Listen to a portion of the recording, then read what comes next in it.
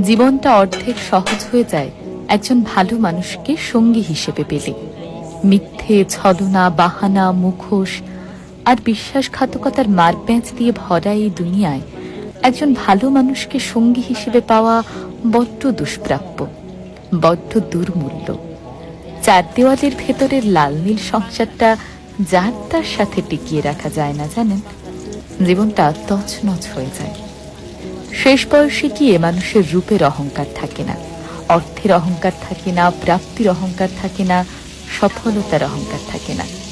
তখন মানুষ শুধু পাশের মানুষটার দিকে তাকিয়ে একটা তৃপ্তির নিঃশ্বাস ফেলে আর ভাবে, ভাগ্যিস এই মানুষটাকে সঙ্গী হিসেবে পেয়েছিলাম।